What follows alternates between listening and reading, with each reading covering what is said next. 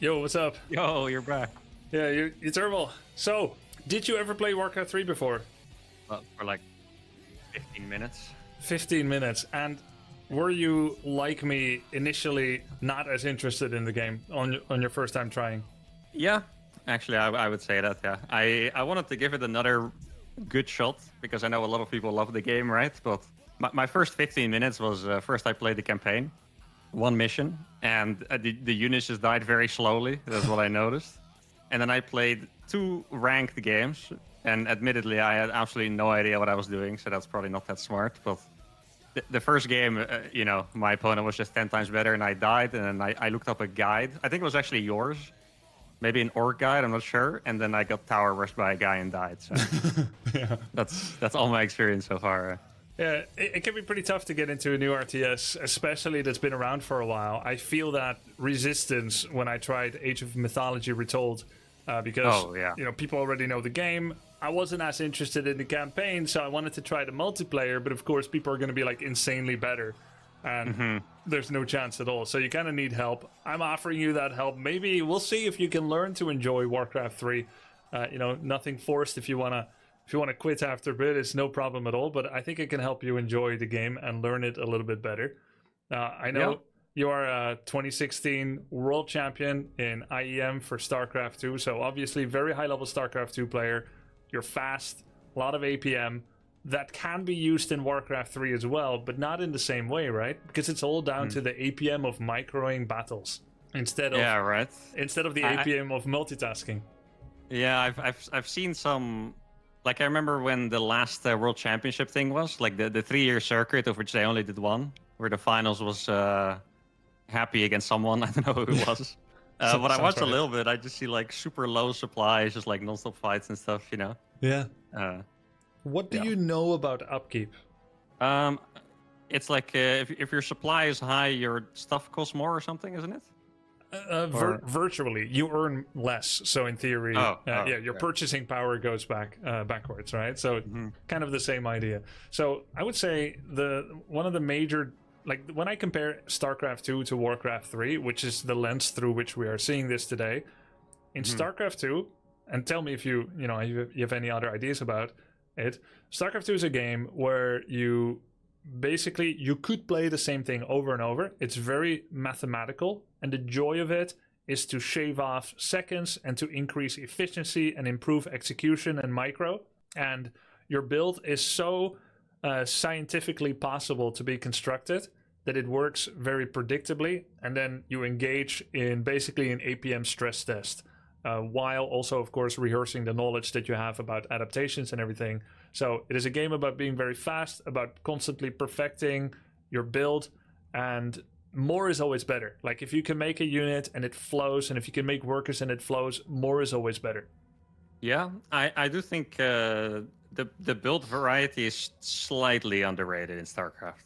Because I do hear that a lot that it's like only mechanics, which it is like a lot of mechanics, right? And having the build ready beforehand. But I do think in some matchups, particularly like Terran against Protoss, it does matter what strategy you choose. And you also have the map variety. But I guess we're probably going to see that today. But I do expect that in Warcraft 3 that's going to be, different for sure. Oh yeah, what should I play? What is the... It's really up to you. I have coached people before in every race, so while I'm not equally good at each one, Orc being my best, Human second best, I could coach you in any and get you to like a decent MMR depending on how long you're willing to commit to learning the game. Of course, Orc is my best. I'm also going to be coaching someone else in Orc at some point. It's really up to you which one you like. Yeah, I don't really know much about the races. I know that Human is the only race that can expand earlier, right? Yeah, so I guess you could ask me some exploratory questions, what you like in a race, and then we can see whether that fits. And you can also ask your chat, of course. I'll give a small identity for each race, and then you can also ask some questions. And so for Terran, for Human is the best one and at fast expanding. You cannot go wrong if you fast expand every single game as Human in every single matchup. So that makes them unique because it's only true for Human. if you learn how to fast expand every game, that works with human. But as human, you also need to be prepared that everyone will come and screw with you. Because you are the best at fast expanding, it is the duty of the other races to come and harass you early. That may be at level 1, maybe at level 2, maybe at level 3, but they need to do something, because if both of you are left to your own devices for 10 minutes, human will come out the most ahead. Right, Okay, you can mull on that. Go to the next one. Undead. Undead is a counter race, reactive. It is less proactive like human. Human is potentially fully proactive. Undead can be a bit proactive as well, kind of trying to play like human. They're better at expanding now than before. But I would say Undead's identity is mostly around their speed. They're quite fast. They have good regeneration of both health and mana. So they like having many skirmishes, leveraging their speed, using their direct damage spells via heroes to kill some units and then run away before the opponent can really get their own pound of flesh. Undead rely a lot on timing attacks. So if you're like a fan of StarCraft 2, timing attacks can be all in, can be cheese, however you see it. It's not as cheesy with Undead. It's more like a timing attack finishing certain upgrades. Undead does timing attacks more than almost any other race. So you need to be fast with your macro up, you tech up quickly, you get some key hero, you get some key item, and then you go. Undead is perhaps the most micro intensive of all races.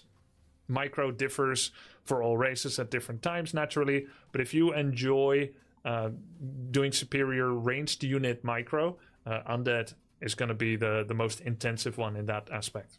That does sound pretty cool. And many Terrans were also Undead, or let's say many Undeads went into Terran. Yeah, I would have guessed that, from the description. Yeah. Okay, next race, Night Elf. Night Elf is one of the most multitask heavy races, in the sense that you're doing many different things across the map at the same time. Sometimes their quest stands upon the edge of a knife. If you make some mistakes, things can go very poorly, very early.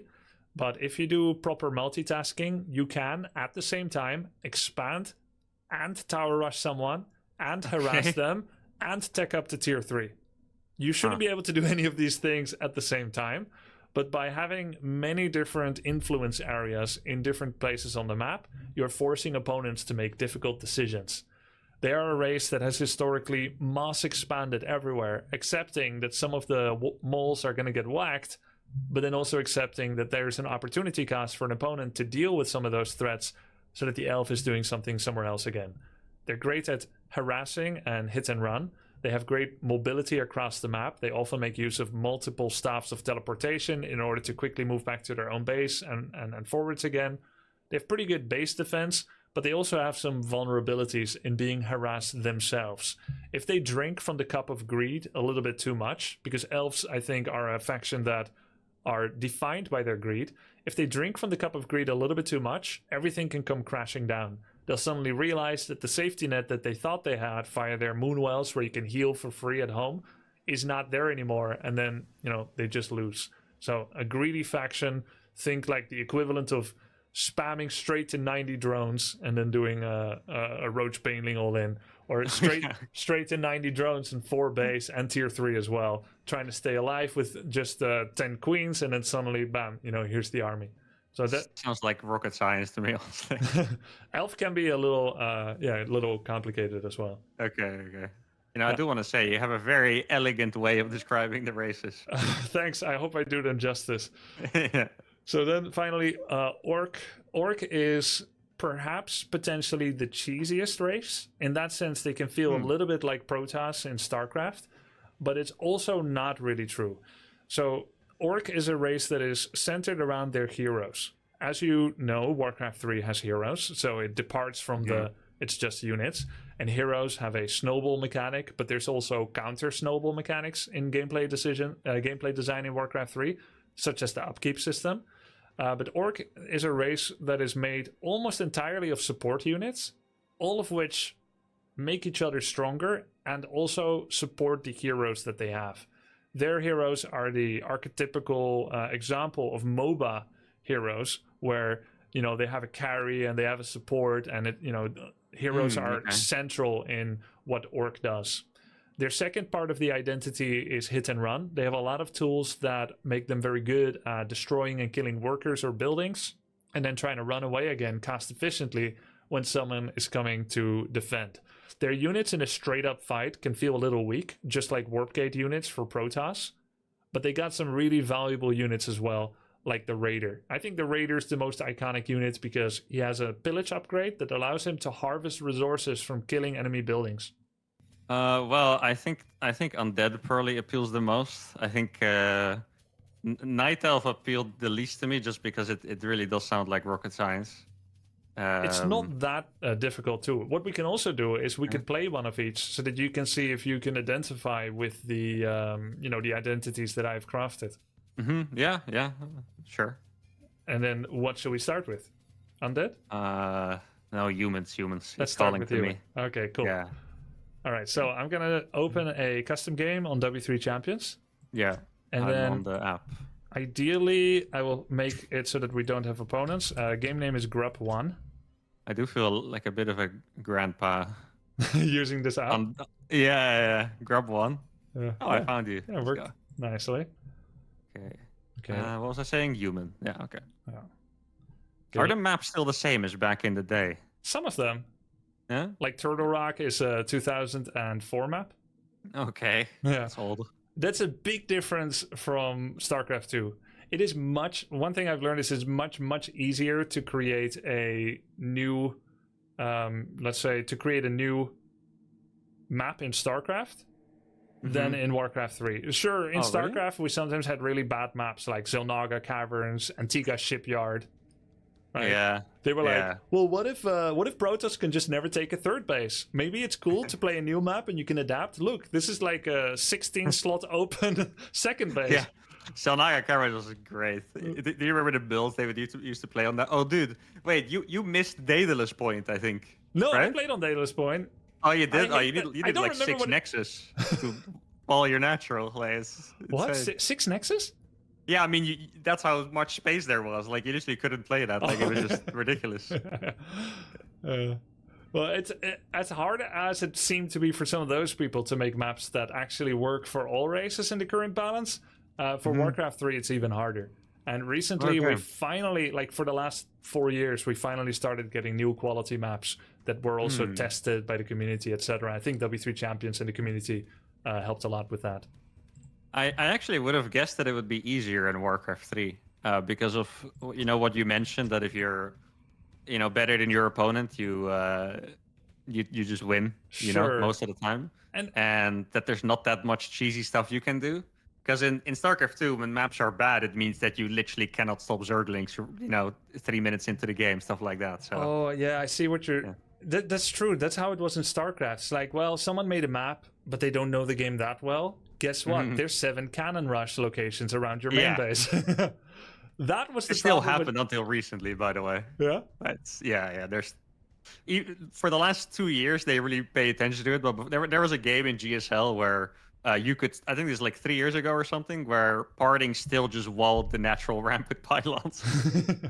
Like with 3 pylons, they forgot to put the destructible rock blocker. Yeah, exactly. Yeah.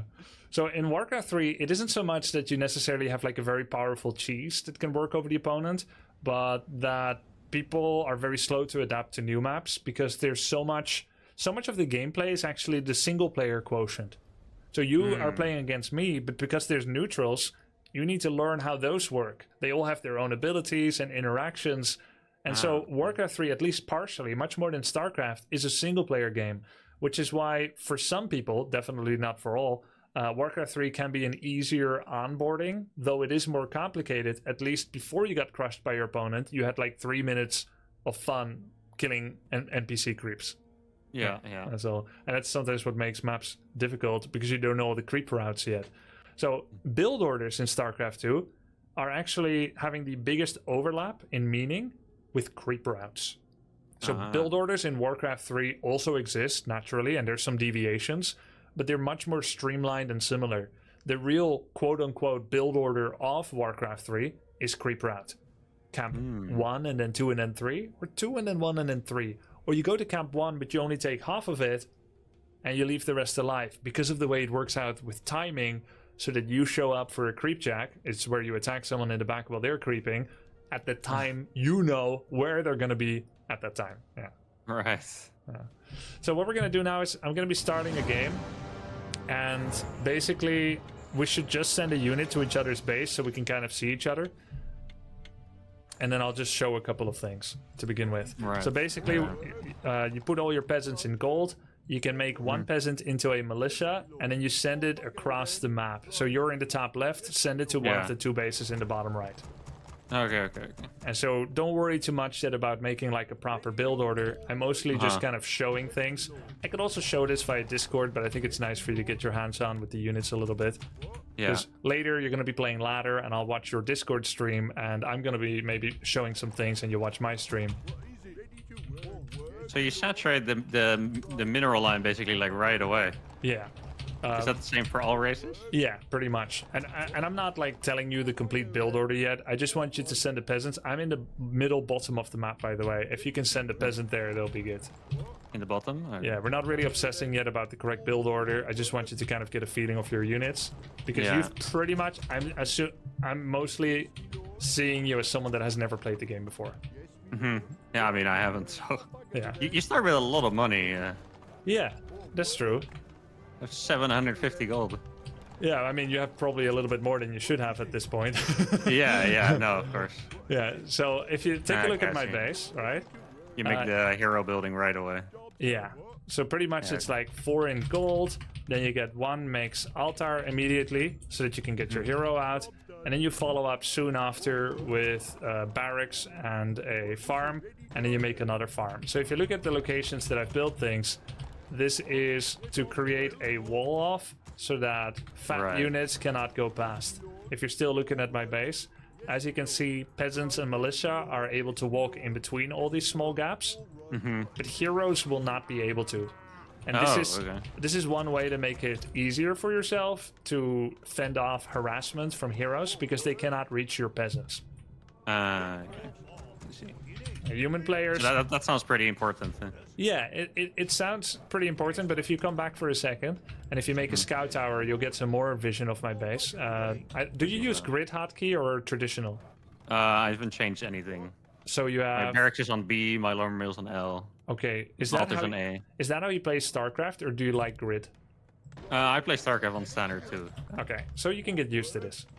Yeah. So if you take a look now... What hero should I build?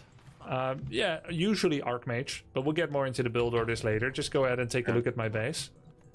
The alternative way to make a base build, this is the 2 options, is to leave a 2-gap opening with your second farm. So as you can see now, I can move my hero in and out. And then in theory, if some scary is chasing me, I could take a peasant and body block it like this. And then put him on hold, and then obviously it's plugged. So basically the same concept as Protoss with the Zealot and the Gateway Wall. Dude, the peasants have so much health, like much more than I would expect. Yeah, true. It's 240. No Size Storm wiping out an entire line here. Yeah. If you look at what Archmage can do against peasants, this is like a level 1 Blizzard spell. This is how much damage it does if you don't move them at all, and you see how much time you have to dodge. That is a That is a lot of damage. Huh? It is a lot of damage if you don't move. So it's interesting to me what things you're telling me about first, by the way. Like the first thing is that I have to make the SimCity properly. I think that's interesting compared to. I guess it's not the most important, but what I'm trying to do with my coaching is to make sure that you have to worry about as little other things as possible, which means that if you don't have to worry about protecting your peasants, it's going to be easier. But I shouldn't underestimate your capabilities of multitasking either. So the build layout really doesn't matter as much as what we'll talk about next. Let's quit this game for a sec, and I'll just kind of show you the build up so you can get a look at it, and then we're going to throw you into the fire. Oh, God, okay. So I'm going to be sharing my screen. 2116 MMR. Rank 92. Yeah, well, the ranks are kind of deceptive because they're broken down by certain different leagues, so it doesn't really say too much. So the game begins as a human. You immediately put all 5 in gold. You train 2 peasants, and you take one of the 5 to make altar. Okay. You always have 2 peasants in production. Next, you build a barracks. And what I've told you about the location, if you want to make your base more open, it's totally fine. It is not going to make the difference too much. Yeah. So it's altar, barracks, and then next one is going to be farm, and the next one is also going to be farm. You may, when you watch replays, see people optimize this a bit by first putting down the farm blueprint and then going to racks, and maybe first putting this peasant in gold for like 5 seconds, and then... But these are optimizations that aren't important yet. Yeah. So 4 in gold until you've got 4 buildings started, and then you fill up gold, and then you go to wood. So in StarCraft, minerals are the main resource, and Vespene gas are your tech resource for essentially. And maybe Vespene gas, to a degree, sometimes feels like the main resource. Like you're more unwilling to lose gas units than minerals, right? But in Warcraft 3, everything is about gold. Wood is a kind of tech speed limiter. You need wood for buildings, units, and upgrades, but you need wood less and less as the game goes on. Whereas gold is everything. Gold is units, it's heroes, you can buy items for heroes. It is also everything else, the upgrades. There's nothing that only costs wood. Most things don't mostly cost wood. It's all about gold. Gold is affected by upkeep, and lumber is not. So gold is your king. That's why you always max out gold. And anytime you build something, you always only use lumber peasants, never gold. Okay. And which is the opposite to StarCraft, where you will take mineral workers and you leave your gas alone. Yeah. Actually, these days kind of depends. But oh, really? Yeah. I still mostly have pre-Legacy of the Void knowledge. Yeah. So humans' base defense mechanic is peasants. Peasants have a button called Call to Arms, which allows them to turn into a militia. This makes them from a slow attack of 5 to 6 damage to a fast attack of 12 to 13. So you can say that they get at least about 3 times as much DPS when they're a militia. They only stay in that mode for 44 seconds. As you can see, there's a timed life, and they need to go back and take their Cinderella shoes off before midnight. Otherwise, they will be turning into a peasant somewhere on the map. That's not that bad though, right? Or... It's not that bad. They'll walk home with less protection, because as you can see, peasant has 0 armor, whereas a militia has 4 armor. Oh, yeah, okay. Every point of armor is 6% EHP on the base amount of HP. So 4 armor makes them have 24% bonus effective health. So that's how armor works. It doesn't work like in StarCraft, where it blocks single points of damage. It's all percentage based. And they're also slower too, right? I think someone wrote that in my chat. Correct. Peasants are slower than militia. So if I wanted to get a peasant across the map to here, I would make a militia, and it would time out 5 seconds after getting here, rather than sending a peasant there. Has there ever been like a small map where you could do like a peasant militia rush or something? Yep, you're looking at it. So on this map, there was a Chinese player. He had the sickest cheese. It actually changed how you had to play. So instead of doing 4 in gold, 1 on altar, what he did is 3 on gold, 1 in altar, 1 immediately checks this position on Turtle Rock, which has a 33% chance of being there. And if he saw that they are there, he literally took every single gold peasant and the one that's building altar, and he sends them over to cancel the first burrow, which means Orc cannot make a hero. Okay, jeez. And then eventually his new peasant finishes the altar, new peasant makes a farm, and then instead of hiring his own hero from the altar, he would hire a hero from the tavern, which is something, I'm not even sure if you know what that is yet. No, I have no idea, no. Yeah, so then anyway, when the peasants finish canceling the burrow, he would start making a tower here. 1 tower, 1 tavern hero, the Orc is nothing, and then he won. Because of that, Orc had to change their build order from altar, then supply building. They had to change it from altar and supply building, which is 14 seconds earlier supply building than otherwise. And that way they could stand a chance to finish it before all the militia showed up, while also doing peasant block to make sure that the militia didn't get to his burrow on time. And even if humans didn't do the TH rush, the orcs still had to do that forever, because there's always a chance. So you're basically just losing 14 seconds of single worker mining because the strategy existed, which is pretty funny. So all the other humans were really thankful for his invention. Yeah, of course. Yeah, right. You don't even have to do it. It just has to exist. Yeah. That's pretty cool. So in Warcraft 3, very short summary is heroes are your best units. You'll never stand still. You're always creeping, which is very different from, making 6 stalkers in StarCraft to defend against the medevac drop. And then another 6 stalkers in my expansion, and I'll defend against the medevac Widowmine drop. And then I'll have like 2 sentries and 6 zealots standing at the ramp. I know this is like dated. This is not how you play in Legacy of the Void anymore or anything. But this is Wings of Liberty and Heart of the Swarm, at least the way that I was trying to defend against Terran, right? So you're not standing still with anything, not just accumulating army. Number 1, always on the move. Number 2, always creeping or fighting or defending. And then heroes are the best army. The creep camps respawn, by the way, or creep camps do not respawn. Okay. I did not think of telling that. That's a great question. Yeah, I don't know. Yeah, for sure. Creep camps don't respond, so it's a zero-sum game. Okay. Right. So sometimes, if you meet, you fight over them. You have to quickly make an assessment whether you should leave, or whether you should fight over it, or whether you should attack them, right? Or steal the creep and then run. But if you're not meeting each other, sometimes you end up splitting the map in half by each getting half of the creeps. And before we get you some playing experience, one final characterization of Warcraft 3.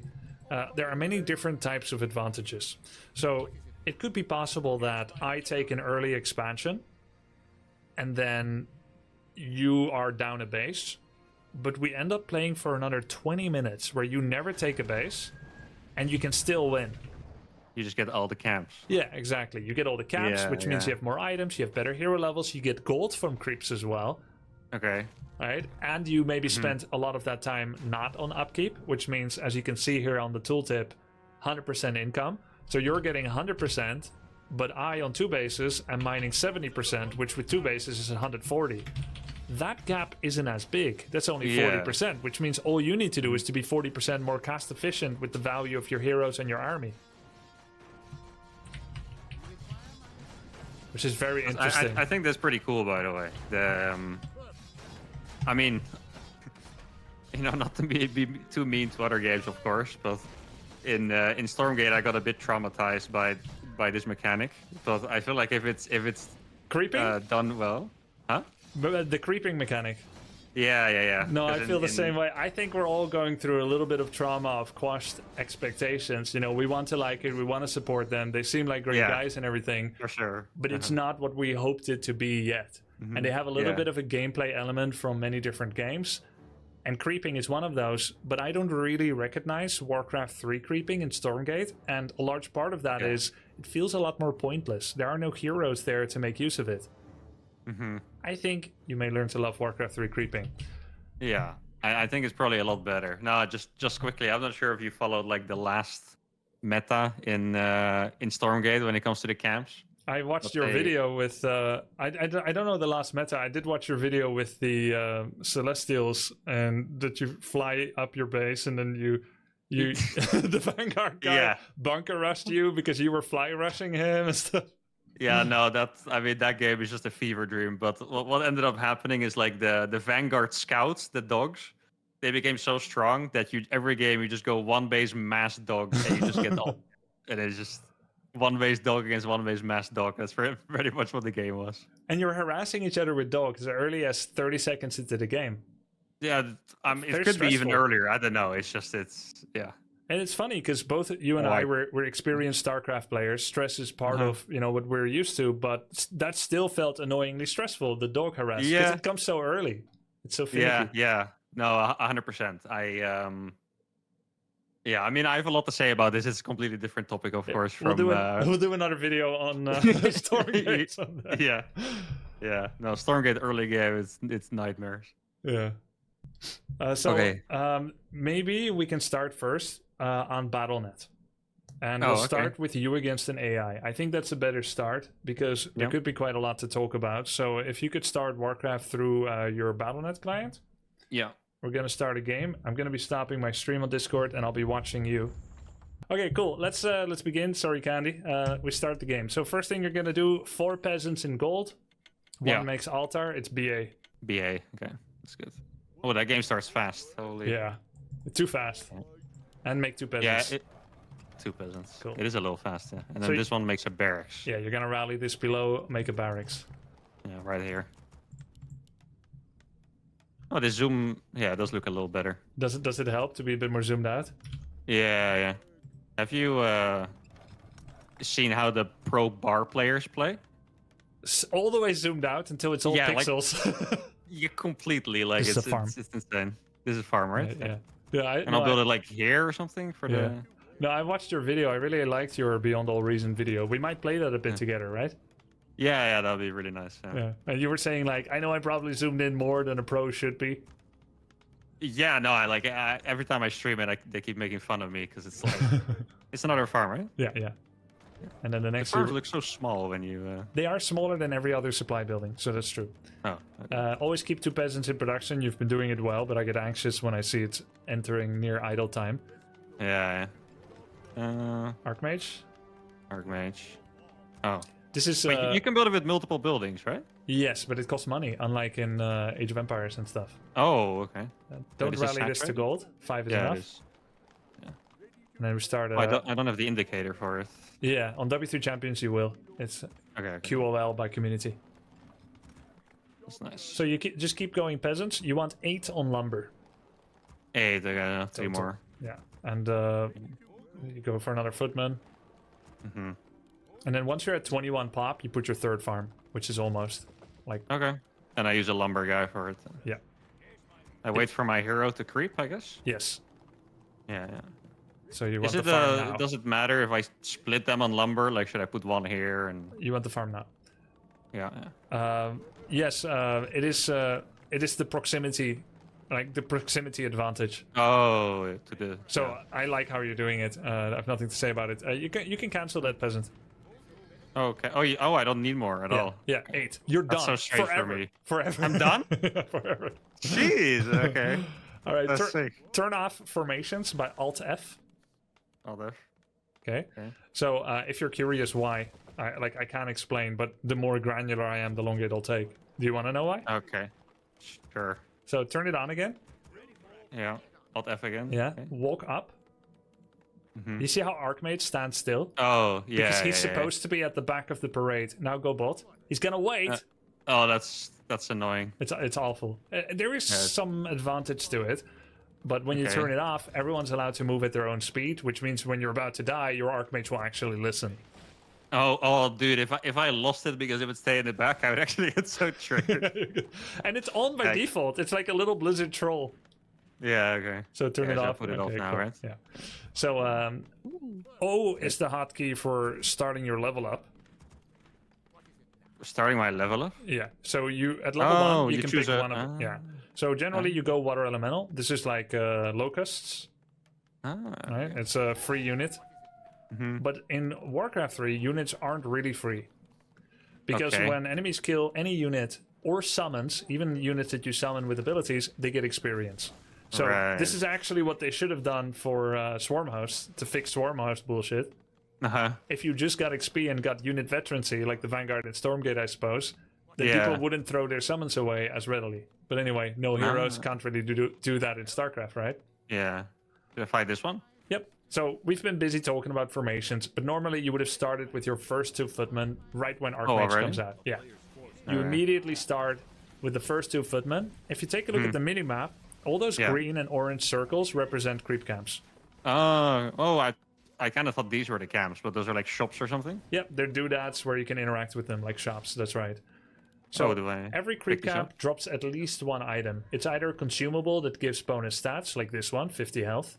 You went from 450 to 500, a 11% boost to your health. It's a lot. Mm-hmm. And you can tech up to tier 2, and you would have done this normally after 3 footmen, but we were busy talking. Teching up to tier 2, you know what it means from StarCraft. How do I do that? At your main tunnel. Yeah, it's like a lair going to a keep. Yeah. Okay. It's like lair hive. Every race in this game is like lair hive. Right, okay. I didn't even know that existed, so... Well, I guess only Zerg has it in StarCraft, right? Yeah, well, yeah, I guess Orbital, the orbital PF are not tech requirement gatekeepers. Yeah, yeah, exactly. I don't really know. So typically, you will take green camp after green camp, and then orange, orange, orange, and there is a lot of nuances to which camp you take when, but generally you just try to follow an economical path where you go from the nearest camp to the next nearest, and another rule of it is that you will take the biggest camp you can handle. And skill in Warcraft 3 is partially expressed through your ability to creep fast and efficiently and keep on the move, while also taking as little damage as possible. Because healing is actually very important in this game, unlike in StarCraft. Like, your Stalker took some hull damage, whatever, right? Just make more. But here, you actually... These are strong. Every unit should be treated like a hero, and every hero should be treated like a superhero. Okay. Yeah. Yeah. I've also not said anything, but I've watched amusedly, also because we're talking about other things, the amount of units you've made. Yeah, this is very good StarCraft behavior. No, it's way too much, or yeah, it's way too much. Yeah, I needed to tech up and make better stuff, I guess, right? Yeah, of course. But how would you know, right? But this is I think this is a great portrayal of brilliance. This is a great portrayal of StarCraft versus Warcraft methodology, because you're showing very good StarCraft habits, very poor Warcraft. So I would have stopped at like 30 supply or something, I would guess. Yeah, or exactly, less, at 30. Right? Okay. So generally, part of your build order, like in StarCraft, the build order is usually building focused, but here there's also unit cap. Right? So you're thinking in Warcraft 3, you're thinking, I want 3 grunts, then I'm done, or I take 5 footmen and then I'm done, and I'll never make them again, ever. Oh, okay. Yeah, that's very different. This camp is very strong. Yeah. So every camp is different, right? Every creep is different. You'll notice the green damage and the damage over time that's being dealt. Perhaps you see all the effects. Yeah, that's the level 3 Nightcrawler, the purple-looking one. He does poison, and he's been coded to attack every unit once, so that he can apply poison and damage over time to every unit. Okay. So this is a very difficult camp to take with footmen. Like, you've got many small units, and oh, I see you're trying to add them to the group. Why? No, I can't. No, there's 12 unit maximum selection. Of course there is. Of course there is. Okay. Can I use any of these items I've picked up, or because I have all these low HP guys, but I picked up some healing things, no? Or only for the hero. So nothing you find, almost nothing you find ever will ever be useful for your unit. So what you're going to do is you're going to go to your base. We haven't looked at your base for a while, and I've been watching you creep, and that's fine and everything. But let's go to your base and explore some of the buildings you can make. Okay? No, I'm just laughing at that. What? I completely forgot about the unit limit. I was like, why are they not listening to me? I was watching that. It was so cool. Arcane Vault. Yeah, let's go Vault. And also make 2 Arcane Sanctums. BR. 2 of them. Okay. Yeah. BR. And you, since it costs money, you want to make them one worker each, right? Correct. And okay. Sometimes, like, let's say if you accidentally were late teching up to tier 2, or if you were delayed for valid reasons, but now you need to catch up, then you will power build the Sanctums. And in fact, in Brax League, everybody power builds everything, but then they forget to use it for 7 minutes. Yeah. Because people are impatient. I get that. Yeah. But for you... It's the same in AoE, right? Like, you just, like, want your freaking town center to finish or something, and you just... Right. Like 12 villages on it. Yeah. But the amount of resources you spend here is significant. So, for instance, if you make a town hall by itself, it's 400 minerals, gold. All right. But if you power build it with 12 workers, you end up paying 1,000. Oh, that's... Okay. It's a very steep price. Oh, here's my guy. And also, you are now level 3. You can make I another should have hero. upgraded my stuff, right? Yeah. So usually, do I just get more water elemental? Usually, you'll prioritize your summon, whatever it is, and then secondarily, you'll get the aura. Okay. Mana regen for everyone around you. Yeah. Okay. So in Warcraft 3, you want to stay under 50 population for some period of time in order to get more income. And you'll make a lot of long-term investments as you approach 50 or while you're on 50. You'll make long-term investments because those are now... Geez. Yeah, a lot of options, right? those are still at the normal price. The moment you go over 50, any upgrade you make will be competing with your ability to pump as much army as you can on your current upkeep threshold. So the over 50 threshold goes all the way to 80. So if you plan to go towards 80, it's better to make long-term investments at 45 to 50 pop, like blacksmith upgrades to improve your footman. So if you start an upgrade and then go over 50, it doesn't take more money, right? It's just... Yes, nothing costs more. You're just getting less money. You will take out 10 gold out of your mine, but you only drop off 7. Right. Okay. So let's go ahead and go to the vault. You'll see the value of a regeneration scroll. And feel free to click on anything else that you see. You don't have to wait for, permission. What does this mean? You need to be near. Has to be nearby? Yeah, you need to be near with your hero, next to the shop. Okay. Yeah.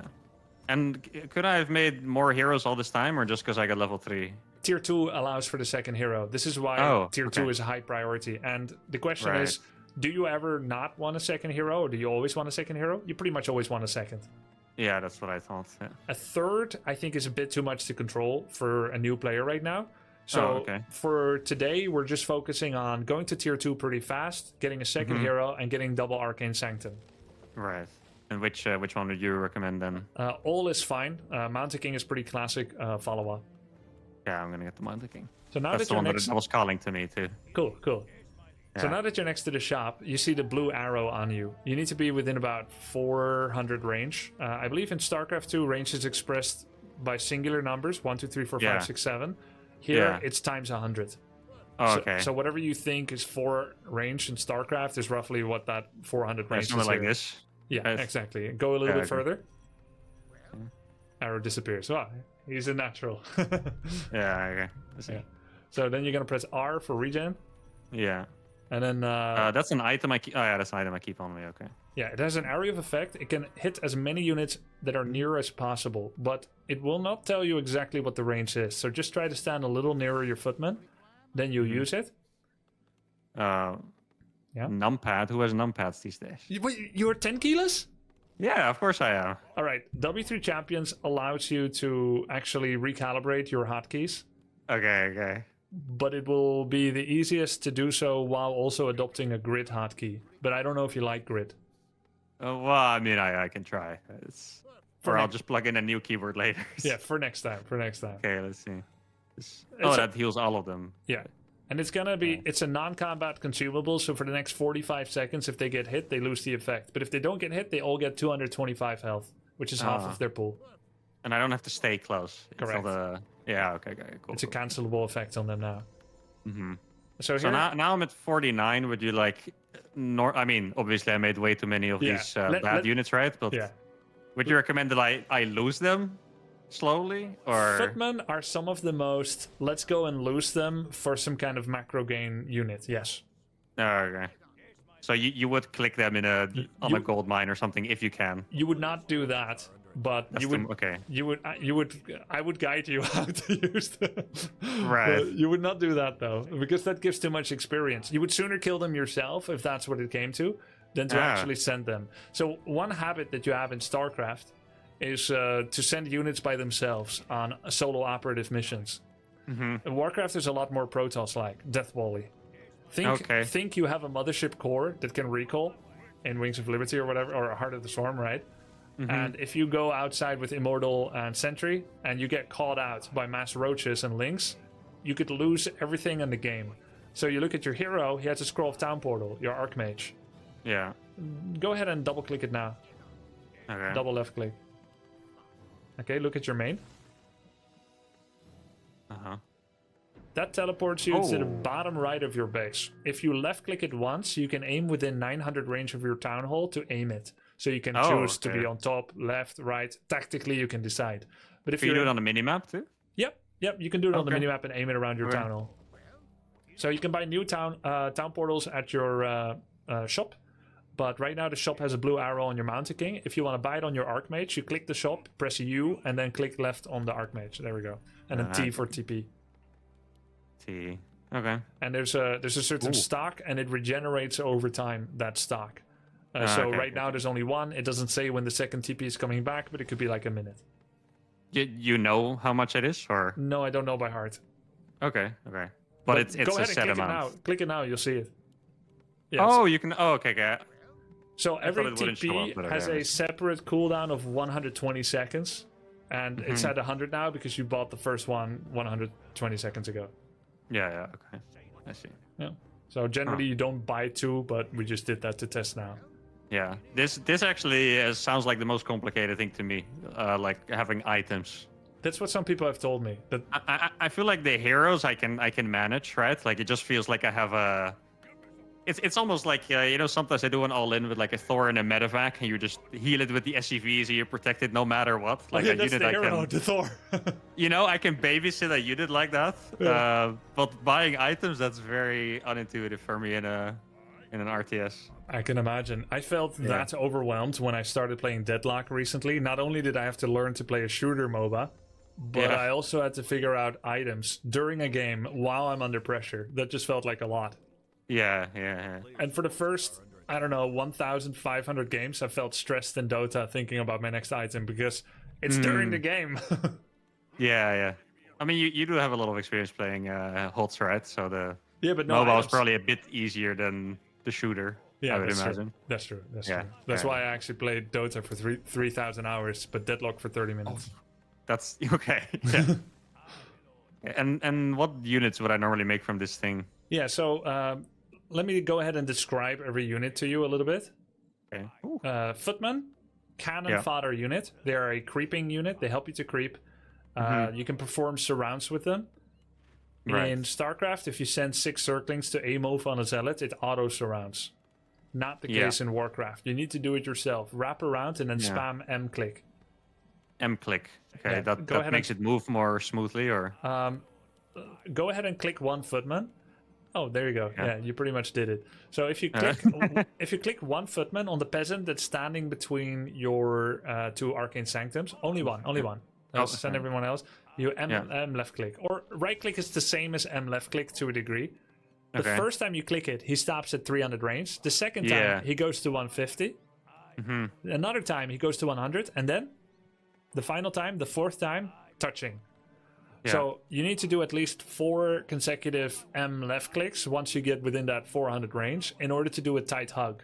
So, if you wanted to surround your Mountain King, which is a form of crowd control, just like a stun, you want to kill him and prevent him to run away, you M left click with a group of units that are loosely wrapped around him. Go ahead and do that now. Your Mountain King is the small little dwarf in between, right? So you M left click on top of him. Can I? Yeah, that's it. Okay. And then you press H for hold. And now you touch your Mountain King, try to get out. Okay. Oh, he can't even move a little bit. Not even a bit. Because you did 4 M clicks once you got within that 300 range. Yeah.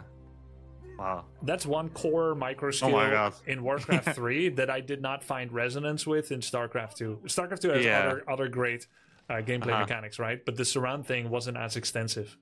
You probably found that more satisfying in Heroes, right? Where you actually have a bit more body blocking and stuff. Yeah, in Heroes of the Storm, a game that you and I both like to play, I see. I play it. Yeah. No, I know. I saw you play yesterday. Yeah. Play with my friends. Yeah, that's nice. So that's surrounding. Okay. That's a really big part of Warcraft 3. You're already very good at it from almost no practice at all because you understand Blizzard mechanics and control keys, and you're very experienced and skilled RTS player. So that's what Footmen do. They're a cannon fodder unit. They're a time buying unit. They defend your expansion. Let's go ahead and try to expand now, by the way. Take 5 peasants. All from lumber, I guess. Yep, all from lumber. Press C and then shift A move to your expansion. Where is my which expansion? Is the gold circle at the bottom of the map. The overlaid orange and gold, Shift A move? Yeah. Doesn't do anything. It's right click or? No, A is your A left click. Can't you A left click? Yeah, there it is. That's it. Shift A left click. And send your army as well, because they can't win by themselves. Let's go. That's it. And your heroes. Heroes can be controlled with F1 and F2, by the way. Okay. Oh, that's actually nice. Very nice. Yeah. So you'll generally put 10 Footmen and Archmage and Mountain King in one control group together. Yeah. And so you stop at 10 Footmen, by the way. That's like the 5 usually. Okay. But it can be more, it depends. As you get more experience, you'll know what's the right number. But 12 is too much. It's generally between 3 to 7, let's say. And so now you're going to build a town hall, BH. BH. Oh, that's big. That's the minimum range. And then you power build it and go ahead and stop your mining at home so you can see the effect of resource spent. Okay. You just press S, right? Okay. Now you look at your gold. It's not that fast, actually. It's not that much loss, right? I'm getting owned. You will die soon. That's okay. Yeah, it looks like it. So this is actually great. So Footman... Oh, this is automatic. Yeah. Footman is your economy. Oh, damn, his stuff is strong. It's fine. Just look at the units. Don't try to win. Yeah. Footmen are your cannon fodder unit. Knights are the tier 3 unit that you see on the horse. They are your ultimate melee ground. Then you see the ones with the big red cloak on the ground with the gun. That's your staple unit, the rifleman. Oh, this guy? No, with the gun. There are some boomstick. Oh, yeah, these guys. Those are also tier 1, but they get a range upgrade at tier 2. They're riflemen. Oh, okay. And they are a staple unit that can work in many different situations. And in fact, they will feel a lot like very slow-moving Marines. Okay. Very slow Marines. But stronger, I hope? Yeah, they're kind of like Dragoons. Yeah, stronger, yes. Okay, good. They're kind of like, actually, Dragoons. I know you're probably familiar with Dragoons, despite them not being SC2. Yeah, so Riflemen are like Dragoons. So they're pretty generalist units. You're now remaking a hero. This takes 33, 66, 99 seconds, depending on their level. So 99 for the Archmage, 33 for the Mountain King, I believe. Oh, that's very long, yeah. That's very long. You can. Is there a maximum level, by the way, or 10? 10, okay. Do you ever see that in a real game? Extremely rarely. Okay, yeah. But I do some challenges, YouTube content. Of course. Yeah, I know. You walk towards the tavern in the center of the map before. You can't click it and interact with it, but it offers another 8 hero choices. You've got the 4 in the altar, and then there's another 8 unique heroes that can be hired from the tavern that are accessible for all the races. Oh. And this is the marketplace at the middle, like more in the middle. That's the tavern. Okay. What's this? This is a goblin shop. More items for sale. More items? Oh, God. Okay. And the marketplace, you just walk past, more items as well. Let's see. No, you know what I thought? I thought that you would only be able to pick the one from your race. Right. When I checked the first time. That's what I thought. Oh, okay. So that... Like, I thought, like, if you're... I believe it's Orc, right? Beastmaster? Yeah, no, that's Blade Master. Orc is half... Beastmaster is half Orc, and then Dark Ranger and Pit Lord for Undead. Yeah, that's what I thought. So, yeah. Okay. That's funny. That's a funny assumption. It makes sense. So you should also know that none of these block out an opponent from picking it. Even if you pick Naga, it doesn't mean that they are counter drafted like in a MOBA. Okay. You can both hire the Naga. Okay. And then you can have a maximum of 3 heroes, 1 per technology tier that you're at. So 1 at tier 1, and then a second one at tier 2, and then if you go to tier 3, you can get another hero. Do you need any tech at all to upgrade to the next tier? Altar. Is it like to tier 3, I mean, right? Tier 3 needs altar. The requirement isn't listed once you have it. But you need altar for like, as you can see in the tooltip, it doesn't say. But if you didn't have an altar, it would say requires altar. Oh, okay. But you always have an altar, no? Not if you do a challenge for YouTube. Right, okay. Or if you lose it somehow. Yeah, exactly. Oh, by the way, would I normally actually make workers for this lumber too? So bringing peasants to your expansion from lumber is called Maynarding. No one calls it like that anymore, but that used to be the name because player like Maynard in 2002 discovered it. Yeah. On one base, 8 peasants on lumber is enough. But if you're planning to go to expand, you'll oversaturate lumber. And then you can bring 5 to expand. And then you'll remake peasants from both bases to a degree. And you'll be targeting a total peasant count of between 10 to 12. Okay. So on lumber. Right? Yeah, on lumber. Gold is always 5. Okay. Yeah. Well, I didn't know the camps with the auto aggro. Not at night. You may have noticed, or may not have noticed, there's day-night cycle. It greatly affects the game. Some people... I didn't notice at all, to be honest. You see the sun-night dial at the top of the map? This? Yeah. This is the current time of day. Every 1 hour in-game is 20 seconds of real time in the real world. Okay. It is nighttime from 6 p.m. to 6 a.m. Right. Which is not how it is in Netherlands at all, but it is in Singapore. Yeah. and during night you have less than half vision. Oh, okay. It goes from 1800 to 800. That's wow. Okay, it's pretty wild. That's a lot. And all the creeps, almost all the creeps are asleep at night, which means they will not aggro when you walk past. But then when it gets daytime, suddenly automatic aggro. I see. Pretty funny. Is there also a race that's better in nighttime or something, like Night Elf? Night Elf, yes, correct. Is it? Oh, it is actually. Okay. It's true. They can hide at night. Half their units can hide at night and become truly invisible like DT, but only while they're not moving. Okay. And additionally, they can have an upgrade that they still see twice as far as you at night. Okay. Which is so they retain normal sight. Then, correct. Right? Correct. Retain normal sight. And they regenerate more at night. But less in the day. Okay. Right. Okay. Well, that's cool. A lot of theory so far. I think it's time to get you against an actual game of human, and I'll just kind of like try to stress test you through the moves. Okay. We're gonna have a high pace of gameplay. I'll do my best. All right, cool. You're just host a new one, or just do we go to the? It's better here because I would like you to play one game against AI. Right. Okay. And then I'm gonna have you play on multiplayer. Oh God. Okay. It's gonna be all right. Yeah. No sniping. Makes me nervous. Nervous. Feels like I'm being kicked out of the bird's nest before I can even open my eyes. Yeah, that's true. That's what's happening. Grub 2. Yeah. Grub 2.